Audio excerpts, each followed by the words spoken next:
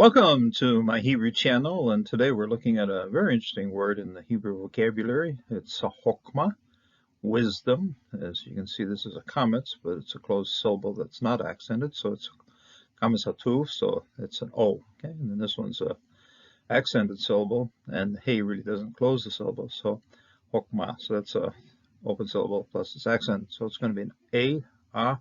This one will be an O. Okay, chokmah, chokmah. As this particular noun, when we see it in this form, we're generally going to be pronouncing it chokmah.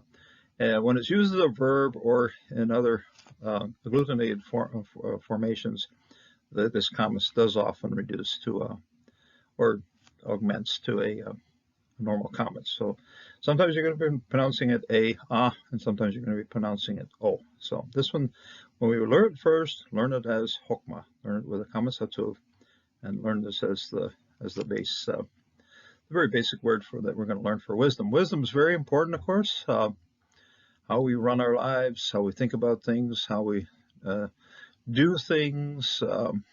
Wisdom in terms of how the society must function. Lots of things pushing on society now.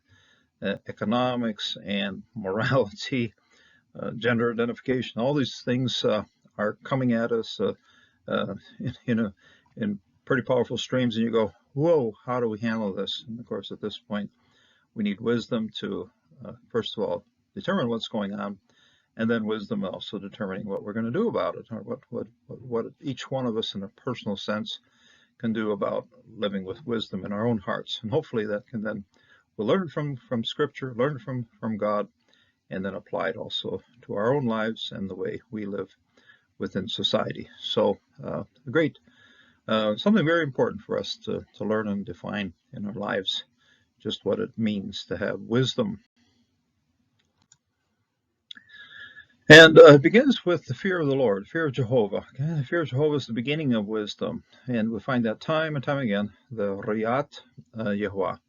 The fear of Jehovah is where we start, and this is how things start out, how we look at things from the beginning. And it's a Reshit Chokmah Yirat Yehovah, and beginning. The beginning is the same word as you see in Bereshit, Genesis 1:1. The very first word of the Bible is also the same thing here, Reshit. And so the beginning is also not just the beginning in terms of time, but the base operating principle of anything. And so this is what it is, Reshit, the beginning, the start, the basis for Chokmah, of wisdom is the fear of Jehovah. When we have the word fear, it's not the kind of fear that is desperate, or it means basically a very strong respect, a very strong understanding of who the Lord is and living by it. So a very strong respect of Jehovah is the beginning of wisdom. Shekel Tov, Lekol Ashehem, Oshehem, Tihilato, Omadet Leod. So all those who practice it, those who call Shahem, those who are doing it, those who are practicing it, base root of asa, to do something here. But those who do that, those who practice it, Shekel Tov, they have a good understanding. The word Tov, of course, is good. Well, uses predicate adjective, but here it's shekel is something that is measured out and a good measure. And it's not, I did put it here in transliteration of this particular word to and we see it in the word even for the coin that's used in Israel, shekel, something that's measured out. Okay. Same root as tekel upsarim, as we saw the handwriting on the wall has this kind of root as well. The sheen and the tau are interchangeable, but something that's measured out, something that when you're measuring things out, okay, they have a good understanding, they have a good measurement of things, how things go. Tihila to, his praise. Omadet leod. Amad is something that's a column or standing firm. Okay, so and the translation here is endures. So it means standing firm. Leod, laod, until forever, towards forever. We also see this one combined with ad olam, but this one's le'ad, okay, la'ad, until forever, okay, towards the eternity, towards forever. Deuteronomy 32:29, a wrap up of what the people of Israel are going to be doing and facing when they cross into the promised land, and the whole thing settles down into being wise, because they're going to face some real issues crossing the Jordan and coming face to face with all those pagan cities and so forth. And here Moses, of course, exhorting them to be wise about this. So it's taken as a sort of a question or as a conditional thing here. Lu, okay, if hok, yeah, hokmu, okay, again, because it's a closed syllable, no accenting. The accenting is over here. So hokmu, they are wise, okay. So this is that now here it's a verb. In the previous one we saw it as a noun. Here it's now a verb. They are wise. They're being wise. Shekil lu. Okay, same word as shekel previously, but now we have the third person plural verbal form of it. Okay, shekel lu here. If they are understanding, zot, this. Okay, this understanding what they have to understand. Zot yibenu, they would then understand, they would then discern. And this is based on the preposition be'ein, between two things. Be'en, okay? Bein. Between two things. So you have when you can understand the difference between two things, you're doing be'ein, okay? You have an understanding of between two things. Yabenu, le'acharitam, their ending, okay? Their endings, plural form here of their, okay? For their ending, achari, okay? Achari is at the end. Now, an interesting form or an interesting way to understand this particular verb or this particular noun is whatever comes at the end of our life is something that's still in our future. And so it takes a little bit of mental gymnastics to capture that. But there it is, okay? If we want to understand our end, we're looking towards the future. As we look to the future for our ending, okay? So that's comes as achri tam, okay? It comes to as their ending, as their future, okay? Their ending, those who have wisdom, those who have understanding, the future is their ending, or their ending is their future. So basically the same thing. So achri is something that's still in the future. Okay? It's still coming behind us, or still coming in European thought, still ahead of us. Okay, but it's achri tem. It's something that will be their future. So Joshua, son of Nun, was filled with the spirit of wisdom. Okay, ruach hokmah. Again, the same kamsatuv, but a spirit. Okay? The spirit of hokmah. Yeah, ruach hokmah. Both of them have a chet in here, so just watch those two chets. Joshua, son of Nun, was filled with the spirit of wisdom because Moses had laid his hands. This is shamak. Shamak is to put your hand on, So it's used quite a lot in the Torah for those who put their hands on the head of an animal they're about to sacrifice. Same, it's used quite often in that sense. This is very much, shamak is something that is holds something up, holds something as a scaffolding almost, as a pole that holds things in place. And so here the hand of Moses is held on Joshua here, and that laying on of hands, almost you can understand, there's a sense of ordination for this particular task. He laid on his hands on him. So Moses passed the authority he had from himself, the Lord had given to Moses. That authority then was brought over to Yehoshua here, Joshua. So Joshua, son of Nun, was filled with the spirit of wisdom because Moses had laid his hands on him. And so the Israelites obeyed him and did as Jehovah had commanded him. This, incidentally, is quite often a way we will gain or learn wisdom. We'll learn it from somebody who's older and has a lot more experiences of what we have had, and they have learned wisdom, and they're willing to impart their wisdom then with us. Maybe not entirely necessarily placing hands on, but most certainly sharing their wisdom with us. We can learn from other people who've had more experiences than what we have had, and hopefully those experiences will also teach us what works, what doesn't work, what's good, what's bad, and what's God's will and what is not God's will. So it really is an invitation to be open to the wisdom that will go from one generation to the next. So, and also from parents to children, grandparents to grandchildren, and so forth. So the wisdom of people who have been through many experiences, often very valuable for those who are coming after us. Yehoshua, okay, Joshua, Ben Nun, son of Nun, Malach, Malay, estava lleno, was full, sorry, a little Spanish there. Malay was full. Ruach, okay, that was spirit. Hokmah, of wisdom. Ki Samak, because he had put his hand, he had pushed his hand on, he was pushing with his hand. Moshe, that was Moses, was pushing his hand. Et Yado, his hand. Alav, on him.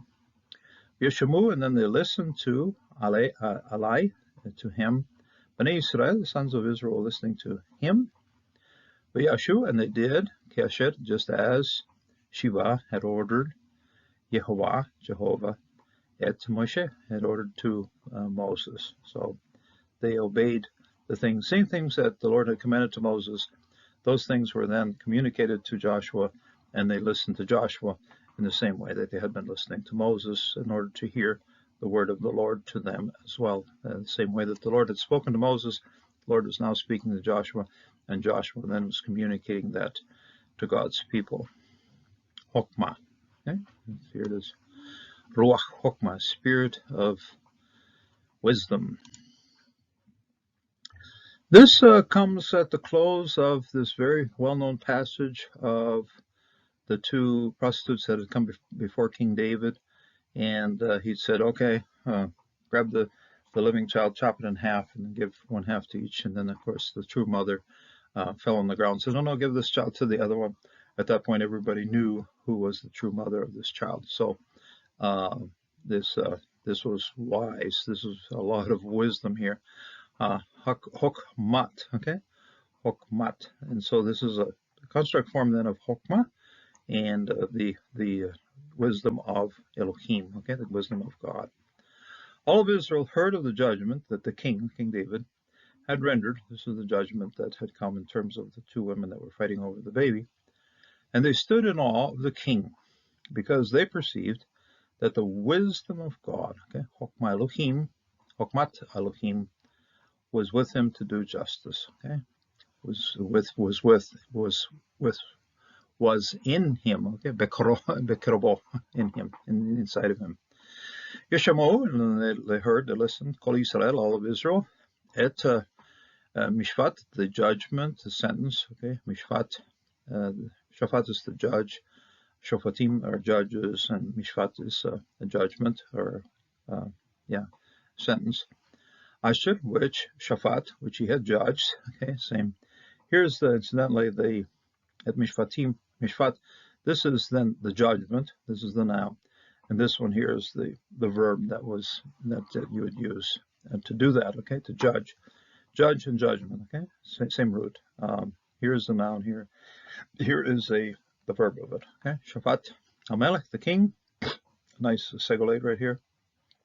Yeru, Mifane, and they, this incidentally is to stand in awe, to be fearful, third person plural, suffix form with a prefix and yod, okay. Actually, the yod right here is part of the root, okay, to fear. And the root here is yod resh aleph, okay. It's very easy to think of this as to see something, but this is to fear it, okay. They feared, okay, Yeru, they feared. Mifane, from the face, Hamelech, of the king. Ki reu, okay, and now we do get a chance to compare these two verbs. This one's fear, and we know this because of this yod that's right here in the front.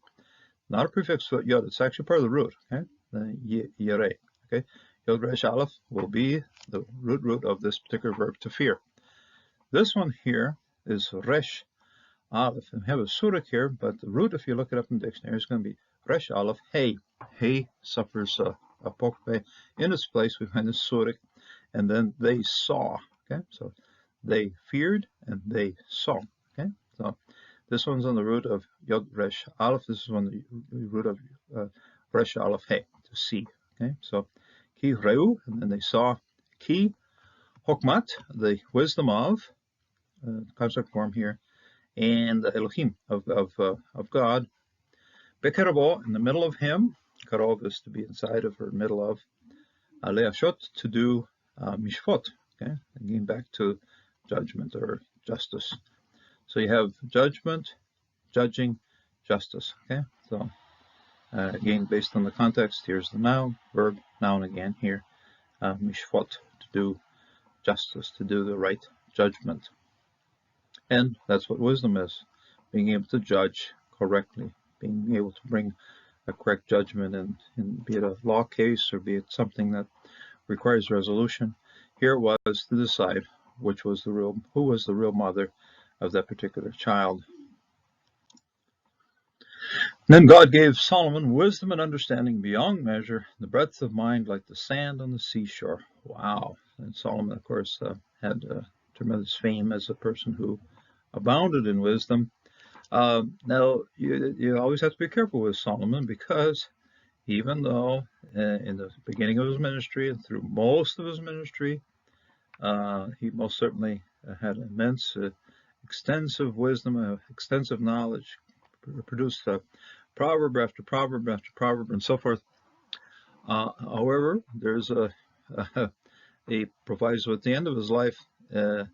He had many wives, and those wives turned his heart. And so even the wisest person in the world can still make the stupidest mistakes. And this is very true even to this day.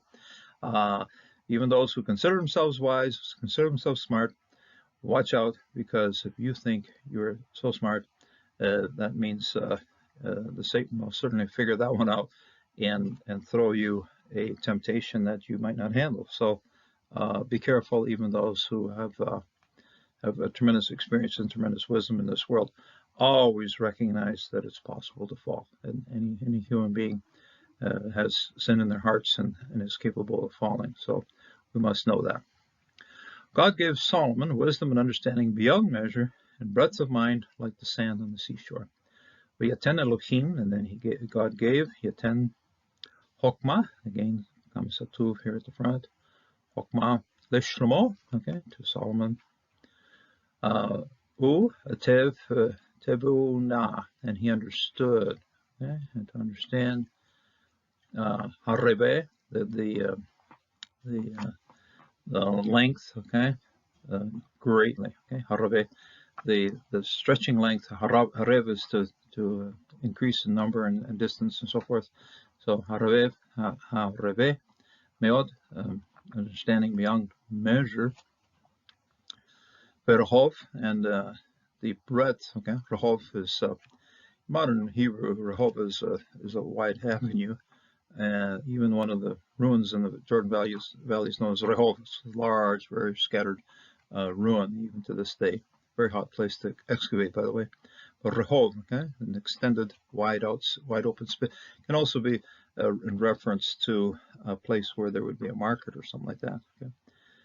Also, our name from the lady who was at Jericho, Rahav, derives from this word as well. The person, Rahav. Rehov, and wide breadth. Lev of heart. Now, we understand a little more clearly of the heart is the lev is actually the seat of our thinking, of our mind.